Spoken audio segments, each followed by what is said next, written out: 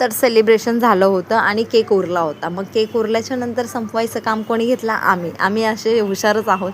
मग ही आमची आत्तू सर्वांना केक भरवत होती. तर लेट आलेले पाहुणे, हे बघा लेट आलेले पाहुणे आहेत, हे माझ्या बहिणीचे मित्रमैत्रिणी आहेत. तर मग त्यांच्यासोबत थोड्या गप्पा वगैरे केल्या आणि जेवायचं होतं, भूक लागली होती. पण जेवायला जागा नव्हती म्हणून आम्ही असे दरवाजात थांबलो होतो. हे बघा असे बड्डे गर्लसोबत मी उभी राहिली होती मस्तपैकी गप्पा मारत. आणि ह्या 2 माकडिणींचं वेगळंच चालू होती आणि ही तिसरी माकड आमच्या घरातली म्हणजे माझी बहीण लहानीवाली.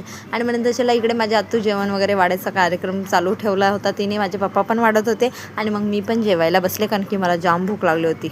मग मी बसले जेवायला. बघितल्या ह्या तिघी पण माझ्या मागे आल्या बघा जेवायला लगेच. आणि ह्यांना पण जास्त भूक लागली होती तरी पण बसल्या होत्या अशा गप्पा मारत. मी बसली म्हणून लगेच बसल्या.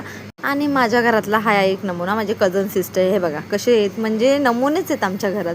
डेकोरेशन लगेच काढून मोकळं केलं, जास्त वेळ ठेवलंच नाही. हे बघा हे असे नमुने तुमच्याकडे पण आहेत का बघा, तुमच्या घरी पण असतील.